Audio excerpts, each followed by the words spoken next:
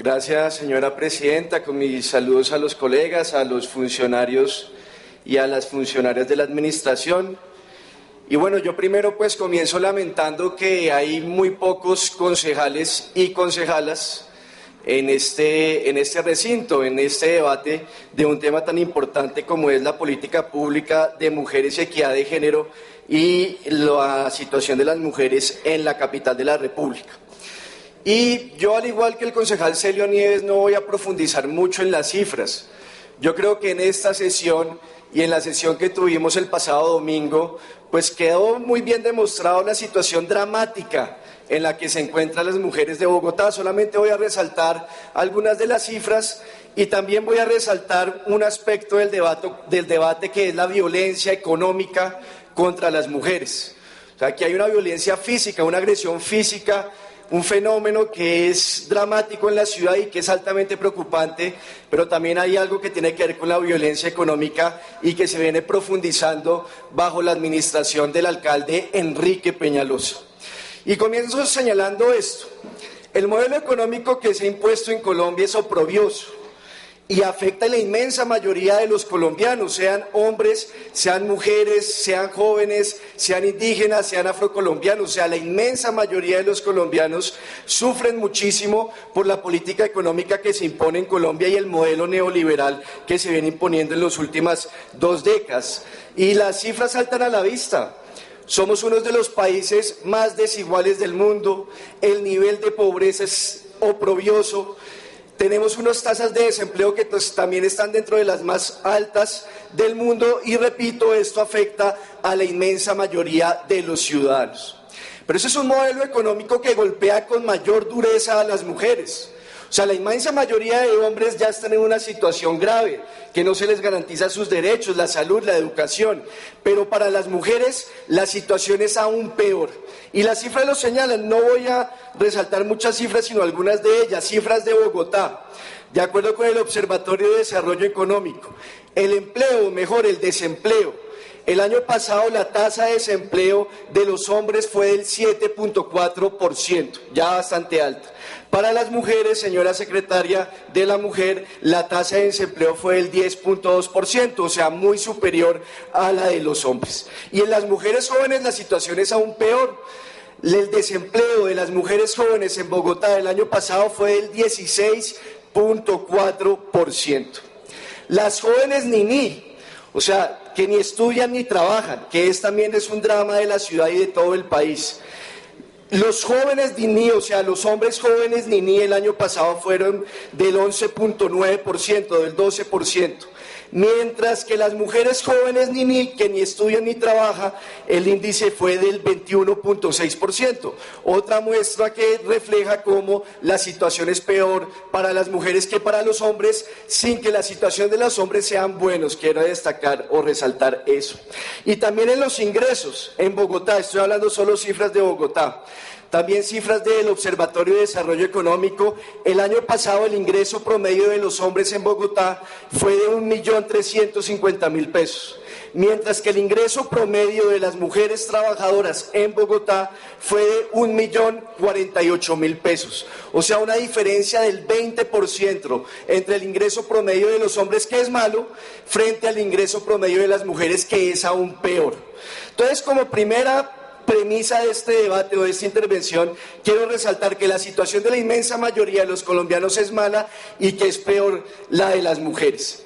Y señaló esto es la consecuencia del fracaso de la élite colombiana que lleva malgobernando este país durante tantas décadas y durante tantos siglos. Las cifras lo indican. El atraso productivo en el que nos encontramos. El PIB per cápita en Colombia es de alrededor de $6.000, señor secretario de Salud, mientras que en otros países desarrollados el PIB per cápita supera los $40.000. O sea, es el fracaso de la élite colombiana que tiene hundido al país en esta situación, pero además que es peor la situación para las mujeres en Colombia. Ahora, la violencia física también es alarmante en contra de las mujeres, no solamente el problema de la desigualdad en el término económico, sino también la violencia física. En Bogotá al año se presentan cerca de 22.000 mujeres víctimas de violencia, 22.000. Y al año también hay alrededor de 110 feminicidios, o sea, mujeres asesinadas por el hecho de ser mujer. La situación prácticamente no podría empeorar. Claro que a mí todos los días pues no me sorprendería que con la alcaldía de Enrique Peñalosa empeoren estas situaciones, porque como en el caso de la salud, el doctor Peñalosa está haciendo lo que yo creía que era imposible, si es empeorar la crisis de la salud. Y voy a hacer un esfuerzo, colegas, es por mirar las causas. Yo creo que el diagnóstico, pues las cifras ya todos los han mostrado, pero desde la administración pública lo que hay que hacer es un análisis de las causas fundamentales de un fenómeno o de un problema para encontrarle la solución. Es como el médico cuando atiende a un paciente no se fija solamente en los síntomas le dan alguna referencia, pero el médico sobre todo tiene que ir a buscar la causa de la enfermedad. Y eso es lo que tenemos que hacer, el esfuerzo que tenemos que hacer para poder comenzar a resolver los problemas de las mujeres en Bogotá y pues en todo Colombia. ¿Por qué les va peor a las mujeres? Y claro, la primera causa y una causa directa es el machismo.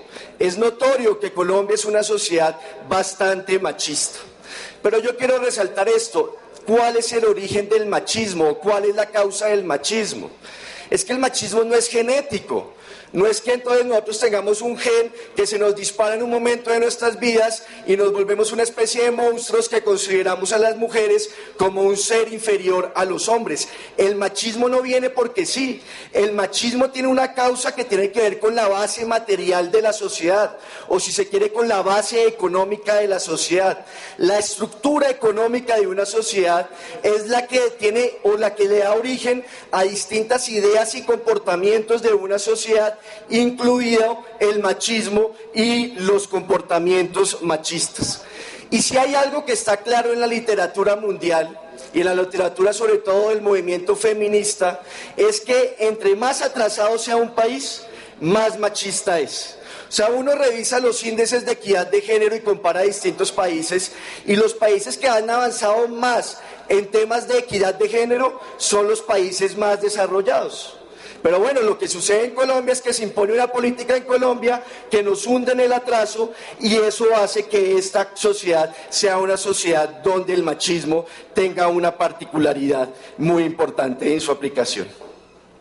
Yo señalo entonces primero una tesis antes de entrar ya a analizar los temas puntuales de Bogotá sobre esto. Y es que para el pleno ejercicio de los derechos de las mujeres en Colombia es necesario transformar política y económicamente esta sociedad. Mientras eso no suceda, no vamos a erradicar el machismo nunca. Y por eso mi llamado primero a las mujeres es que hay que cambiar estos malos gobiernos. Gobiernos como los de Juan Manuel Santos y gobiernos como los de Enrique Peñalosa, que con sus políticas lo que hacen es empeorar la situación de las mujeres. Frente a eso, entonces, comienzo ya a abordar como una serie de propuestas o de análisis sobre lo que se debería hacer. El Estado debe trabajar en dos sentidos o en dos esferas. Una, debe hacer un esfuerzo por cambiar esa base material que hace que en Colombia impere el machismo. Debe tomar medidas y políticas para cambiar esa base económica que explica una sociedad tan machista como la nuestra.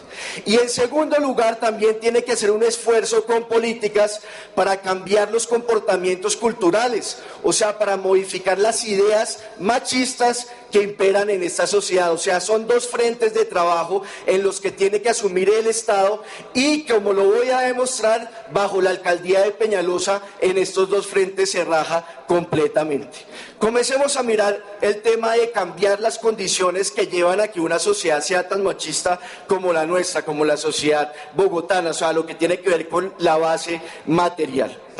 No voy a referirme a todas las políticas que se deben hacer, pero quiero resaltar una, señora secretaria de la Mujer, y es el problema o lo que tiene que ver con el trabajo de cuidado no remunerado, que esto ha sido un fenómeno también muy estudiado en la literatura económica mundial, y que ya hay experiencias en otros países que permitirían concluir cuál debería ser una política para lograr mayor equidad entre hombres y mujeres.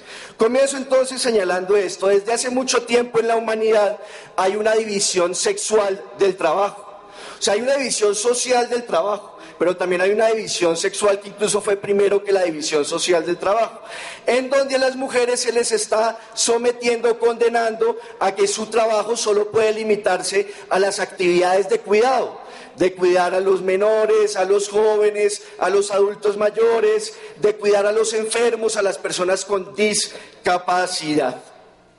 Mientras que los hombres tienen el derecho de estar en las actividades más productivas y de mayor valor agregado. Eso tiene toda una explicación histórica que no voy a detallar. Pero en este momento se está profundizando ese problema bajo el modelo neoliberal. ¿Por qué? Porque esas actividades de cuidado, concejala Garzón, pueden ser suministradas o proveídas, ese tipo de servicios de cuidado, se pueden ser provistos por distintos actores en una sociedad. El Estado, en primer lugar, puede proveer esos servicios de cuidado, con jardines infantiles, con centros especializados para la atención de adultos mayores, de personas con discapacidad, etcétera, etcétera. También ese tipo de servicios los puede proveer el mercado, o sea, las empresas privadas, los jardines privados, los hospitales privados, y eso tiene que ver o llevaría a la consecuencia que si son las empresas privadas las que proveen este tipo de servicios, pues la gente tiene que pagar para acceder a ese tipo de servicios. Y en tercer lugar, estos servicios de cuidado, servicios domésticos o actividades no remuneradas pueden ser asumidas también por la familia. En los países más desarrollados, doctora Cristina, este tipo de servicios de cuidado, y especialmente en Europa, son asumidos principalmente por el Estado. Eso no quiere decir que las familias no hagan absolutamente nada en lo que tiene que ver con actividades de cuidado, pero el Estado tiene un compromiso o hace un esfuerzo grande para que estos tipos de servicios no queden a cargo de las familias, sino que sean considerados bienes públicos. Esto en países más desarrollados. En países atrasados y subdesarrollados como el nuestro, y donde se ha impuesto la lógica neoliberal que el Estado tiene que reducirse a su más mínima expresión, lo que ha sucedido es que se aplica un régimen que en la literatura económica se llama el régimen familiarista, de acuerdo con una economista, Juliana Martínez Franzoni. ¿Cuál es el régimen familiarista? Que las principales actividades de cuidado no las asume el Estado, sino que ha descargadas es en las familias. Entonces aquí sucede un fenómeno: los que tengan ciertos ingresos y ciertos recursos pueden pagar el jardín, pueden pagar la institución especializada en el cuidado, pero la inmensa mayoría de la población que no tiene ingresos suficientes tiene que asumir directamente la familia ese tipo de responsabilidades. Y entonces, si ustedes a eso le agregan la cultura machista, las familias lo que hacen es descargar ese tipo de responsabilidades principalmente en las mujeres, y las mujeres quedan condenadas a esta división sexual del trabajo, donde ellas son las encargadas principalmente de este tipo de actividades de cuidado, trabajo que hacen, que es un trabajo no remunerado, o sea que aportan toda su energía y todo su esfuerzo de manera gratuita. Y así se lo señalan las cifras también, señora secretaria de la Mujer. El DANE hizo una encuesta que se llama la Encuesta Nacional de Uso del Tiempo del año 2013, y las cifras que refleja esa encuesta son dramáticas. Miren ustedes, en Colombia, dice la encuesta, las personas dedican 35.000 millones de horas al año para las actividades de cuidado, todas las personas, hombres y mujeres, 35.000 millones de horas al año. Pero de esas 35.000 millones de horas al año que se dedican a actividades de cuidado, las mujeres realizan 27.700 millones de horas. O sea, el 80% del tiempo que se le dedica a las actividades de cuidado lo realizan las mujeres y no los hombres. Lo que demuestra, o es una prueba de lo que yo venía diciendo, que en este tipo de sociedades se le descarga a la mujer ese tipo de obligaciones. El DANE cuantificó cuánto equivale ese trabajo de las mujeres en términos monetarios, porque repito, es no remunerado, pero es un trabajo, es una producción de servicios, no es simplemente la prestación, sino una producción de servicios.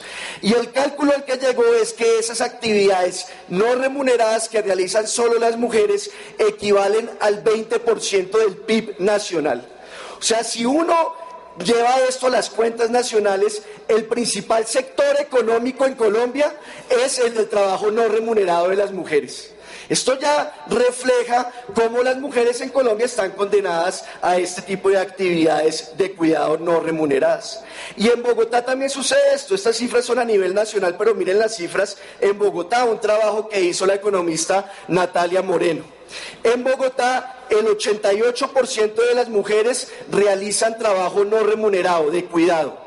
Y en promedio las mujeres destinan 7 horas 43 minutos de su tiempo diario a este tipo de actividades, 7 horas 40 minutos. En cambio los hombres, el 70% realiza actividades de cuidado no remuneradas. Las mujeres el 83%, los hombres el 70%. Pero en promedio cada hombre en Bogotá destina 3 horas y 40 minutos a este tipo de actividades. O sea, las mujeres diariamente destinan 4 horas más que el hombre a las actividades de cuidado y de trabajo no remunerado. Entonces, frente a esta situación de haber una política pública, señora secretaria, de la mujer, que es lo que yo reclamo, una política pública frente a este tema del trabajo no remunerado y el cuidado. Y hay ya experiencias a nivel mundial en otros países que podría ser una guía de lo que se debería hacer, bueno, en Colombia, pero en este caso en Bogotá. Y aquí he traído algunas de esas experiencias. Muchas gracias. Por ejemplo, en el caso de Uruguay. En el caso de Uruguay crearon el Sistema Nacional de Cuidado. Y es una política pública que desarrolló el Estado de Uruguay, con la cual el gasto público del Estado se concentra en buena parte en que el Estado asuma este tipo de actividades de cuidado no remunerado para que eso no se tenga que descargar en las familias y en las mujeres, y eso permite que las mujeres tengan mayor participación en la vida económica y política del país. Y los resultados han sido bastante buenos.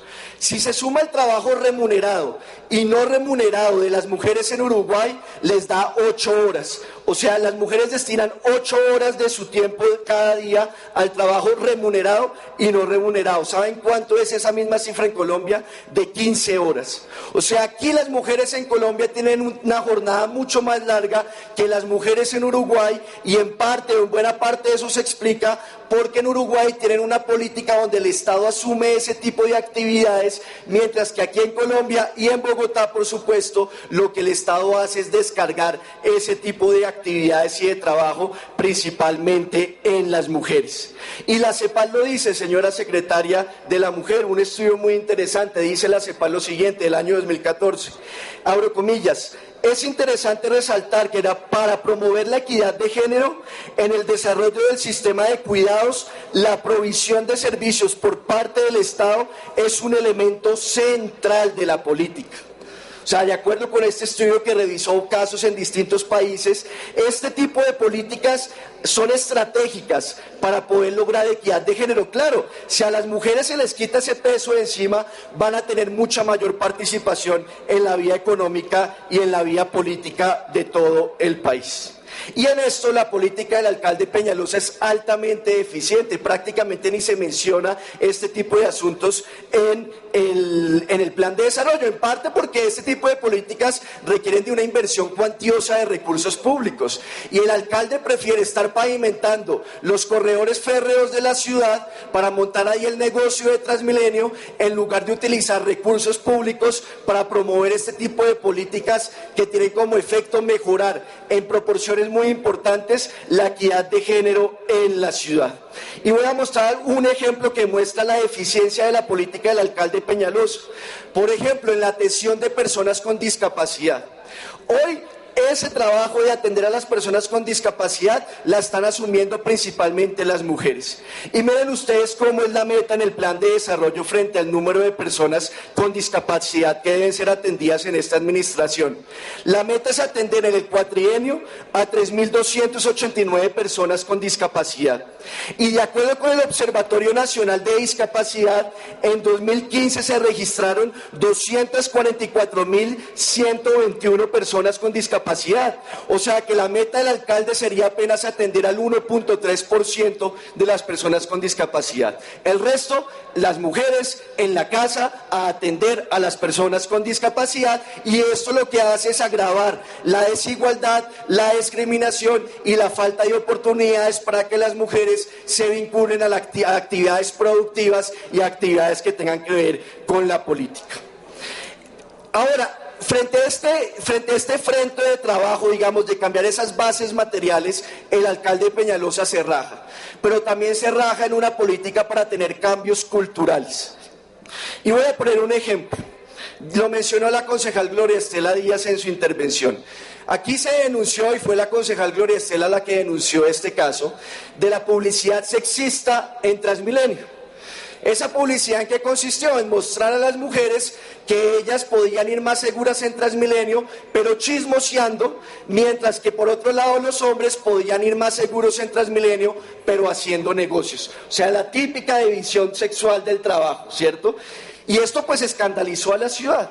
El Consejo Consultivo de Mujeres le solicitó al alcalde Enrique Peñalosa, señora secretaria de la Mujer, que se excusara públicamente, que ofreciera excusas públicas, porque era una campaña institucional de Transmilenio y porque lo que mostraba esa campaña institucional es que promovía la visión machista, en donde la mujer es un ser subordinado al hombre y donde las principales tareas de una sociedad las debe asumir es el hombre. Y el alcalde lo que dice, no, yo no soy el responsable porque yo no ordené eso. Bueno, pero lo hicieron sus subordinados, pero sobre todo lo más grave es esto, señora secretaria de la Mujer, es que era la oportunidad para que el alcalde mandara un mensaje muy claro contra el machismo en toda la ciudad. Usted imagínese el alcalde en todos los medios de comunicación rechazando esa campaña. Esa es una forma de educar, asumiendo una responsabilidad, pero diciéndole a toda la sociedad, no vamos a permitir que en una sociedad como esta se hagan este tipo de comportamientos. Ahora, de pronto fue por no querer caer más en las encuestas que el alcalde no salió a decir eso, pero yo le diría al alcalde que no tiene que preocuparse tanto por la mala imagen en las encuestas, sino que en realidad tenga una política y un mensaje claro que ese tipo de comportamientos no son aceptados. Que la primera autoridad administrativa de la capital de la República hiciera ese tipo de actos era un mensaje muy importante y muy claro para todos los ciudadanos. Y por último, y con esto termino, señora presidenta, el alcalde no solamente se raja en este frente de los cambios culturales, sino también en el frente institucional, o sea, en adecuar las instituciones para adelantar una buena política pública de mujer y equidad de género.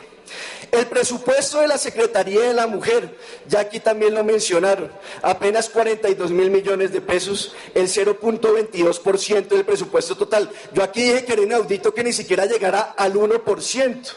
Pero lo peor, señora secretaria de la Mujer y señor secretario de Salud, es que el gobierno que ustedes representan el próximo año le va a invertir más recursos a privatizar las empresas públicas que a la Secretaría de la Mujer. Para estructurar la privatización de ETB y del 20% de la empresa de energía de Bogotá, Peñalosa se va a gastar 66.000 millones de pesos, de acuerdo a lo que quedó consignado en el presupuesto. Mientras que para la Mujer, para la Secretaría de la Mujer, le va a destinar 42.000 millones de pesos. Ahí está el alma de negociante del alcalde Enrique Peñalosa. Eso es lo que tiene enfurecidos a los ciudadanos. Eso es lo que tiene la imagen de Peñalosa apenas con una favorabilidad del 22%, que le destine más recursos a feriar el patrimonio público, a mejorar los programas que viene adelantando la Secretaría de la Mujer. Secretaría de la Mujer que es el resultado de las luchas de las mujeres en Bogotá. Eso nadie se lo regaló a las mujeres. Fueron las luchas de las mujeres que han llevado a que se cree la Secretaría de la Mujer. Y yo insisto en algo que planteé en el debate del presupuesto, señora secretaria, y es la disminución de las metas. Todavía no entiendo por qué disminuyen las metas de un año para otro. En el tema de las casas refugio, donde se atienden a las mujeres que son víctimas o van a ser víctimas de una inminente violencia. A septiembre de este año se habían acogido en las casas de refugio a 848 personas y la meta era llegar a 1.100. Llevábamos a septiembre 848, se podía llegar a la meta de 1.100. Pero la meta para el próximo año es apenas de 800 personas atendidas en la casa refugio, o sea, una disminución del 27% en la meta. La meta de las atenciones sociojurídicas en las casas de igualdad y oportunidades. A septiembre de este año llevábamos 11.327 mujeres atendidas y la meta era de 14.000. También se estaba llegando cerca a la meta. Para el próximo año la meta se reduce a 8.750, o sea, una disminución de la meta del 40%. Y para las mujeres vinculadas a las casas de igualdad de oportunidades, a septiembre de este año se tenía 21.214 mujeres vinculadas a las casas de igualdad de oportunidades, de una meta total del año de 26.000. Y de 26.000, el próximo año la meta se reduce a 11.000 mujeres vinculadas, una reducción casi del 60%. Yo le pregunté esto en el debate del presupuesto, usted me dio unas respuestas por escrito, pero en ninguna parte de esa respuesta aparece una explicación de por qué estas metas disminuyen en estas proporciones. Tampoco hay una política de transversalización de la política de mujer y género, o sea, que desde la Secretaría de la Mujer se vigile que las demás entidades y secretarías están implementando una política con enfoque de género. Primero que todo, desapareció el programa de seguimiento de la implementación de la política de mujer y equidad de género. Antes existía y ahora dejó de existir. Yo también le pregunté si eso estaba metido en otro programa y pues no tuve respuesta sobre esta pregunta. Y muchas entidades están desentendiendo de sus responsabilidades en esta materia. Lo señalan con toda precisión las respuestas que nos llegaron para este debate. Miren lo que dice la Secretaría de Desarrollo Económico, que es la que debe garantizar que las mujeres accedan a trabajos decentes, a trabajos dignos, a actividades productivas.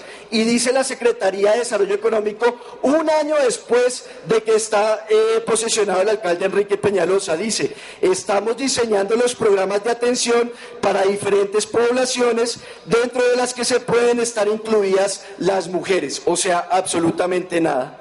La Secretaría de Hábitat dice lo mismo, que están mirando a ver qué políticas inventan para tener un enfoque de equidad de género. Y en la Secretaría de Salud, las organizaciones de mujeres, señor Secretario de Salud, están muy disgustadas por el cierre de los centros de servicios amigables, que eran centros muy importantes para la atención de las mujeres, para garantizar sus derechos reproductivos, y que los han cerrado sin ninguna explicación y tiene bastante molestas. Esa es otra razón por la cual la satisfacción con la salud en Bogotá se redujo este año de acuerdo con la última encuesta.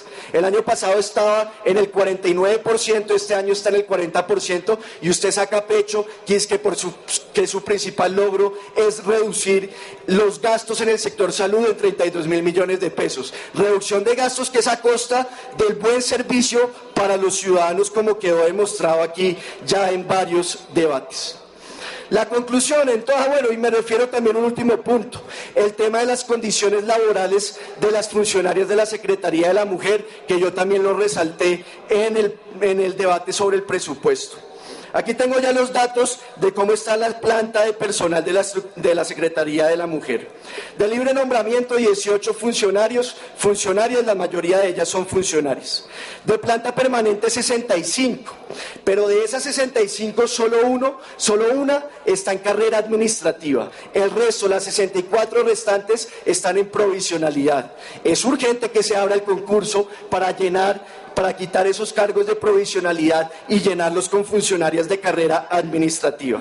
La planta temporal que tanto se discutió, tenían 100 antes de esta administración en esa planta temporal.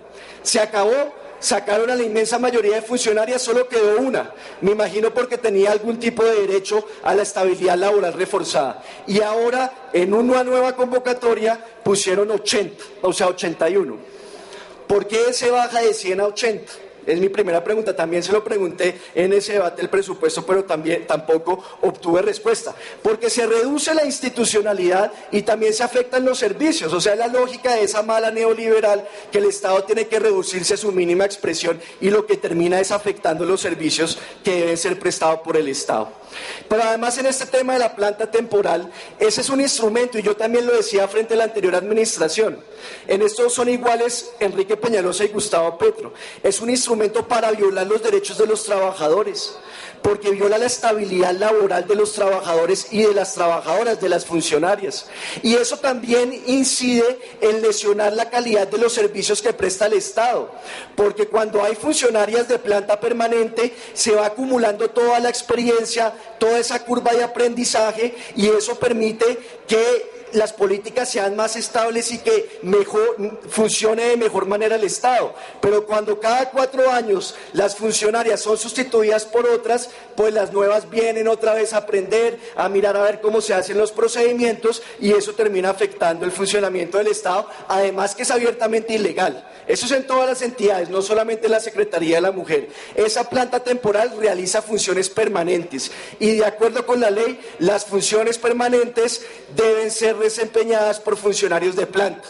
No le siga el mal ejemplo al secretario de Salud, que continúa con todos los hospitales llenos de contratistas, cuando la ley es clarísima que todos esos trabajadores, enfermeras incluidas, deben ser vinculadas a la planta permanente de personal de cada una de esas entidades. Se raja entonces el alcalde Enrique Peñalosa en esta política pública de mujer y equidad de género, no se atiende bien el fondo de la causa, eso sí, se hace mucha demagogia porque se volvió moda en Colombia hablar de las mujeres y que las mujeres hay que respetarlas, pero en el fondo las políticas lo que hace es empeorar la situación de las mujeres, igual que el presidente Juan Manuel Santos y la ministra Clara López Obregón, que tanto hablan de las mujeres, que tan bonitas son las mujeres, y ahí están tramitando una reforma tributaria cuya principal aliada del ministro Cárdenas es la ministra del Trabajo, Clara López Obregón, que va a imponer el monotributo, afectando a muchas mujeres que tienen como fuente de ingresos